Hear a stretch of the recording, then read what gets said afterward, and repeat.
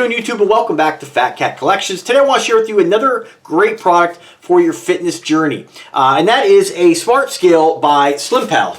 Now, recently I reviewed the Slimpal tape measure. This allows you to measure different parts of your body and then record them via Bluetooth in their app. If you haven't checked out my video on this, this is a great tool to have for anybody who's on a fitness journey. If you're not, this is also a great tool to have if you're somebody, you know, who's a seamstress or whatnot, or somebody looking to measure different parts of the... Wait a minute! Different parts of the body. Keep your minds out of the gutter. Anyway, it's a really great tool because it allows you to just simply measure your parts of your body by yourself by just basically clicking this tab right into the tape measure itself and hitting the release button, and that's going to basically pull the tape measure in and allow you to very simply measure the different parts of your body without trying to wrap it and see where it stops. It's kind of a no-brainer, which is great for me. So really helpful. And like I said, it's a great way to track your progress, right? Whether you're losing weight or gaining weight, it's a great tool to have. And the price, I think, was like 25 bucks. Now, because they sent me this particular device, I noticed that they had a smart scale, and I wanted to get my hands on that because the smart scale and the smart scale, their app, and of course a tape measure does body fat calculations. And I figured that these two devices would layer that information and give you the most accurate results. Now, what I found is that the body fat measurement based on the tape measure, let me just go into the history record here, and we'll go to data comparison. Hopefully go to data comparison. Here, go to tape measures, body index. Okay, so what's cool about this, again, you can record all the different parts of your body and measure them with this device, and then it'll give you, based on that measurement, based on your weight and those measurements, it'll give you a muscle mass. So with this, based on the measurements that I entered into this device, whoops, we gotta go to girth measurement.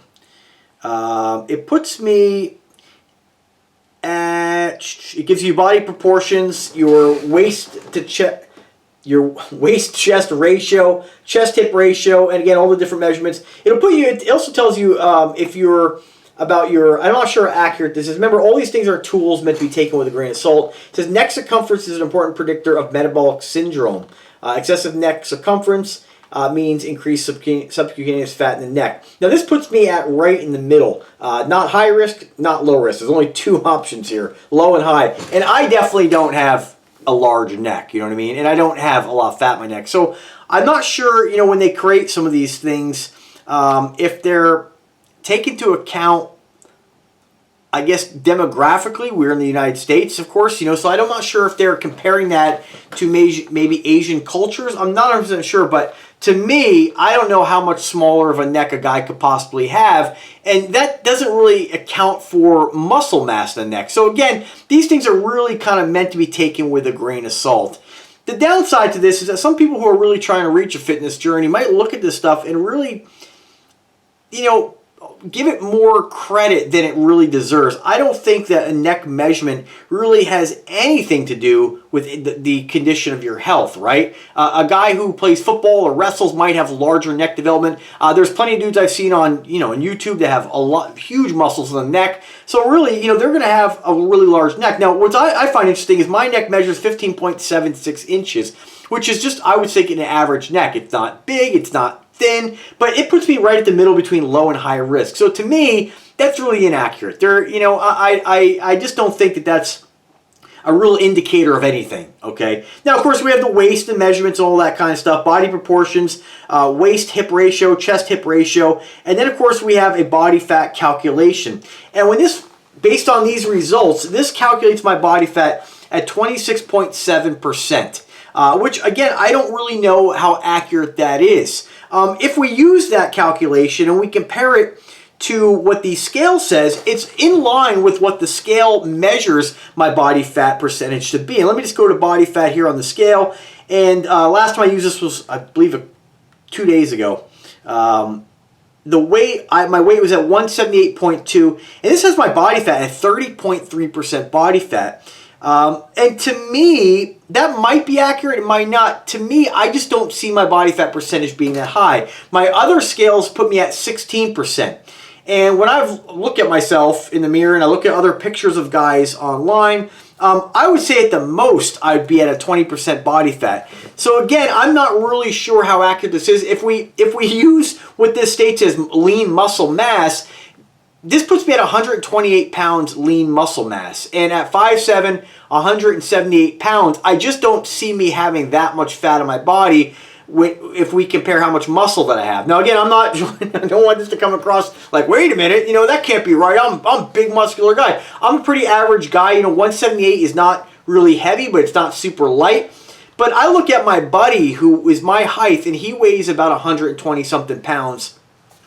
And you know, he's not like shredded by any means. He's lean, you know, but he's, you know, I don't want to call him, say, skinny fat, but he's definitely lean, not with visible, I don't think he has visible abs or a six-pack or anything like that. He's just a really trim guy. When I look at him for about 120 something pounds, I just don't see me even being shredded at 10% body fat being that light. If I was at 10% body fat, I weigh 140 pounds. I just don't think that that's what it would take for me to be shredded. Now, I could be totally wrong, and if you know, again, you're not seeing me with my shirt off, but I can give you guys, you know, what I look like. You know, I'm just flexing my abs. I'm not like letting it just kind of hang out, you know what I mean? But I'm not like really sucking in like this. This is pretty much how I stand. You know, I just don't see the body fat percentage being that high, especially when the other scales put me at 16.7, 16.8% body fat, which to me is more of a realistic number when I look at other guys' pictures on Google and see how they look at these different body fat percentages. Again, it's hard to say because every single body is different. I've seen guys at 16% body fat with no visible abs. I've seen guys at 16% body fat with some visible abs. So really hard to say how accurate this is. When I look at myself, I just don't see that I have 52 pounds of extra fat on my frame. I just don't see that anywhere. Again, I do have fat around the midsection, but when we look at how much space fat actually takes up, I would probably say I have about 20 pounds, maybe 25 pounds of extra fat on my body. Now, that could be totally off. I could be totally incorrect, but it is interesting that one scale gives two different numbers, and it's unfortunate because I was really hoping that this scale would give the measurement that my other scales gave, and I'm just not really sure where the discrepancy lies there. It does have heart rate, which is pretty cool. It does have, again, metabolic age, protein intake, your weight, your body water, your muscle mass, your BMI, and your body fat. Again, this rate puts me at muscle mass or lean body weight at 128 pounds. That would mean at a 10% body fat, I would be 140 pounds. And I just don't see me being able to get down that low. Again, could be totally wrong, but my point is just kind of take these devices with a little bit of grain of salt. I think what would be really good, and I'll probably have it done eventually, is what would be really good is to have a professional calculate maybe some kind of, you know, I'm not sure who actually does that stuff. Maybe they put you in a dunk tank or use skin fold calipers, not 100% sure, but it'd be nice to get a solid, accurate number. And then look at what these scales actually, how they rate your body or how they measure your body. And then it'll give you an idea of whether or not one scale is more accurate than another. But like I said, any of this stuff is a great tool to have. And even though that we're not 100% sure on the accuracy of this, it is a really nice scale. It's got a great display. The weight measurement is going to be pretty accurate. However, it is 2 pounds off from my other two scales. It says that it's going to measure 15 body fat compositions. Again, weight, heart rate, cardiac index, BMI, body fat, fat-free body weight, subcutaneous fat, visceral fat, skeletal muscle, muscle mass, body water, bone mass, protein, BMR, and metabolic age. Let me just go into the app and let me just see what it states on that stuff. So when I go into the app, I don't find 15 body composition measurements. I have, what do we got? 12. We got skeletal muscle, muscle mass, protein, BMR, fat-free body weight, subcutaneous fat, visceral fat, body water, bone mass, heart rate, cardiac index, and balance degree. And metabolic age. So 13. So I'm not sure where they get the other the other two measurements. Maybe they're counting weight on that. Not 100% sure, but let me just see. Visceral fat, heart rate, BMI. Where is the cardiac index? Yeah. Oh, it does say cardiac index. So anyway, you be the judge. Now it puts me at total muscle weight, including muscle skeletal, cardiac, and smooth muscle. It puts me on this measurement here at 115 pounds. Which to me seems awfully light, and it puts me in the low, standard, and excellent range. You can see it puts me in the excellent range. When I go to muscle mass, it puts me in excellent range. When I go to protein, it says that I'm low in protein.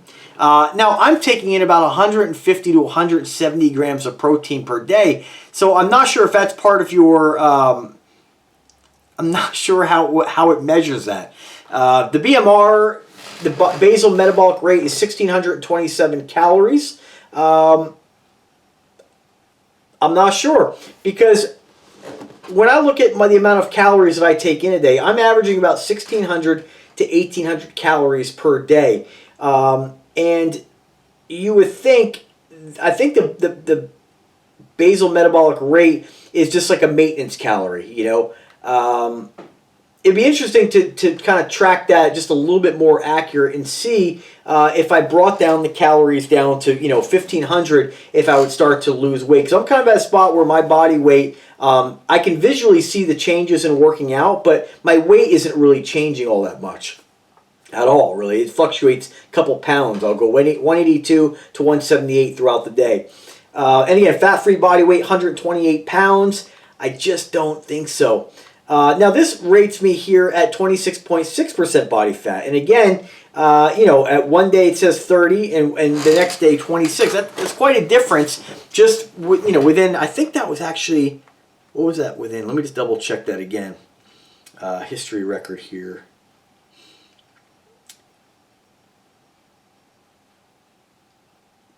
Yeah, so in the same day, let me see, 25th.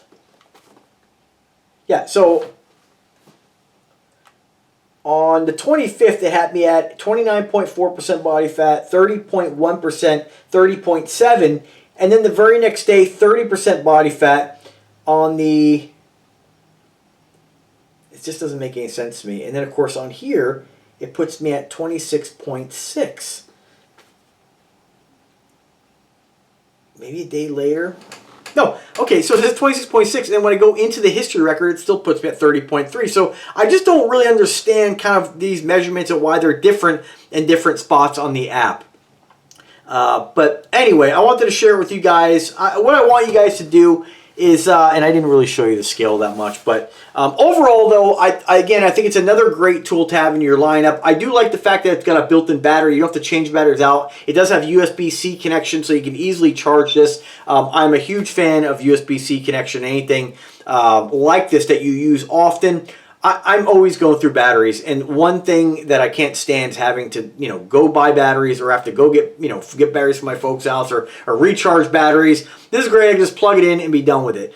So far, I've had this thing charged for about a week, and it's still at max. If I didn't mention already, it does have Wi-Fi and Bluetooth, so anytime you get on this scale, it'll detect which user is using it. Somehow it does that. It'll actually link that data to the particular user. So if you have a girlfriend in the house, she's weighing herself, somehow it knows based on that body fat percentage, based on that weight, that okay, this can't be this other guy, and we're gonna send her this other person. We're gonna send that information through the Wi-Fi to their phone, to their app. So it's a pretty handy tool, but it is a tool, and I don't think it's really meant to be taken 100% seriously and accurate. You know, with stuff like this, what I find disappointing is when you look at some of the smartwatches I've reviewed, like the most recent one, I mean, the heart rate was off. What